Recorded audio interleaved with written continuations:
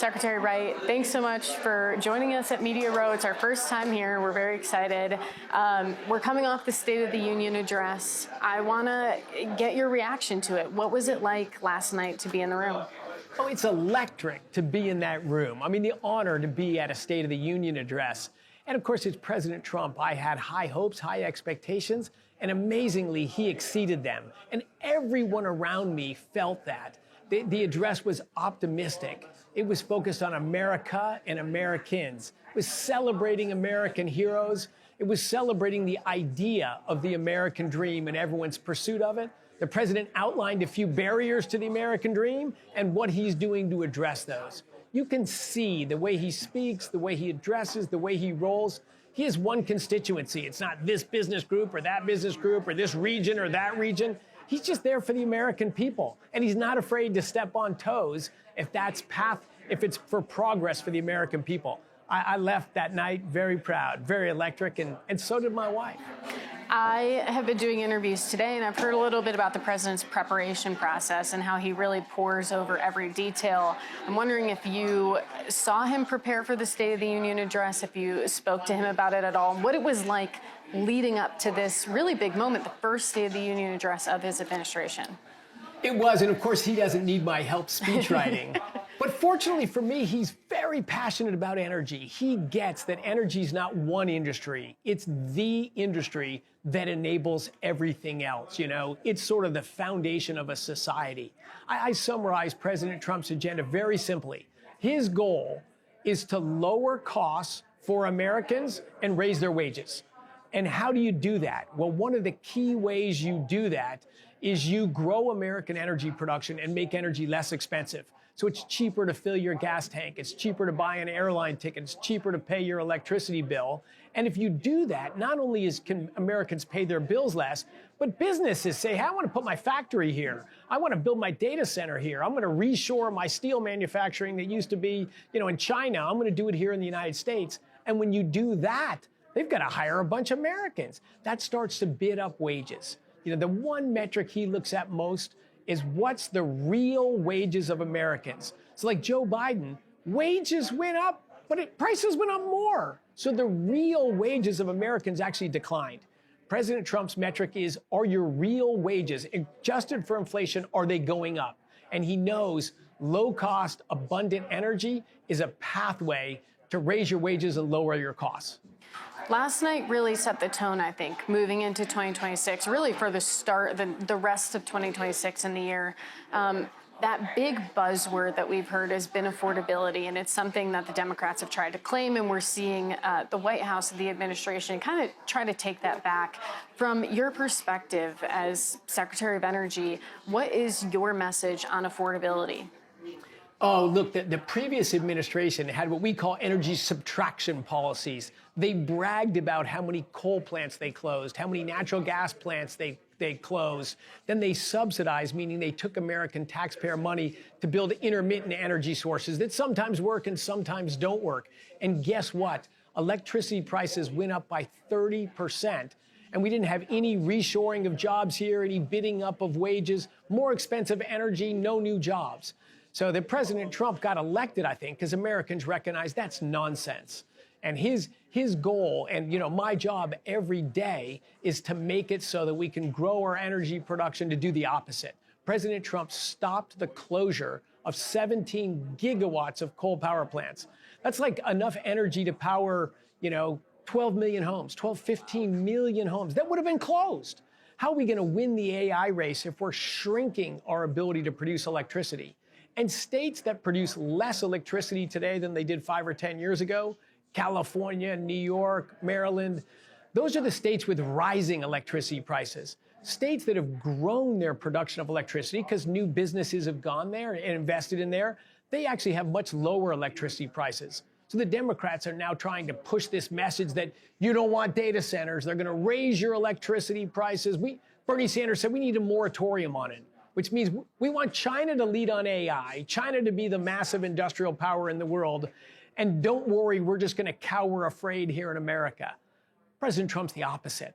If we build more energy production in the United States, we can lead in AI, we can bring jobs back to our country, and we can push down electricity prices. Yeah.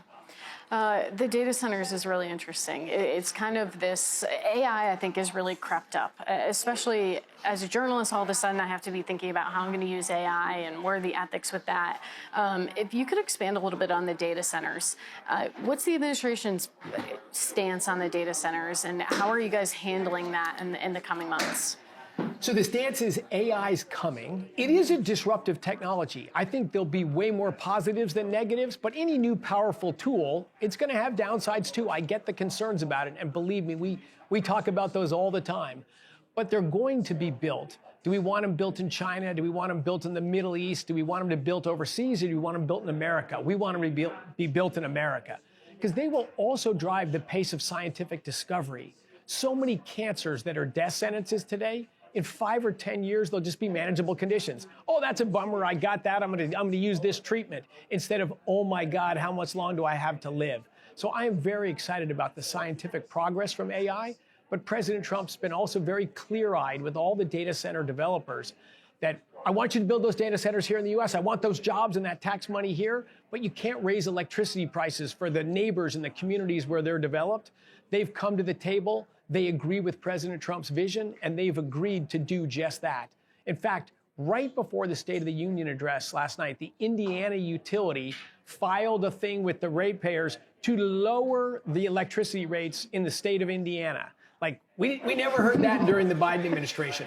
This morning, our Energy Department announced the largest ever loan from the Department of Energy for energy development in the United States. It's lots of projects all over Georgia and Alabama. And you know what came with was 3-year freezing on electricity rates in Georgia and Alabama. And that's freezing in nominal terms, which means inflation-adjusted terms, affordability, your electricity prices are going to slowly go down.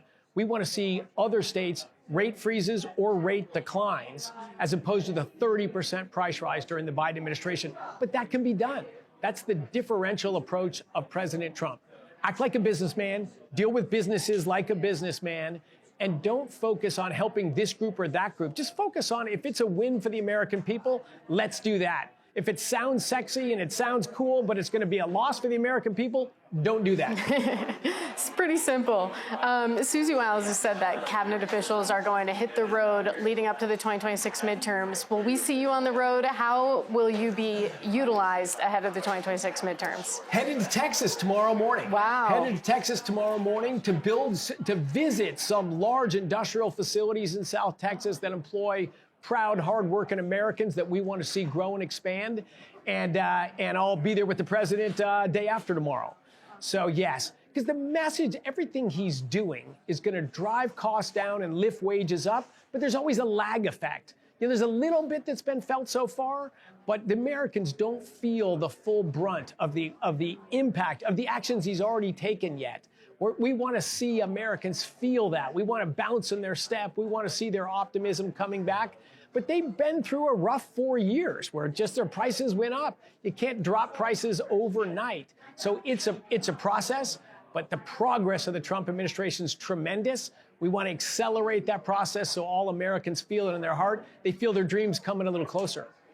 Last question for you. A big theme of last night's State of the Union was America's 250th birthday and patriotism.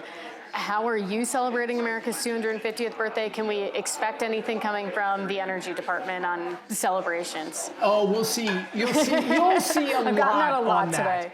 Yeah. I would say myself and all of us are just so crazy lucky to be born in the greatest nation ever on earth. This land of opportunity, this place where people can fulfill their dreams, whatever those dreams are, in a free and prosperous society. I could not be more lucky. And I would say a key goal of the Trump administration is just to restore that.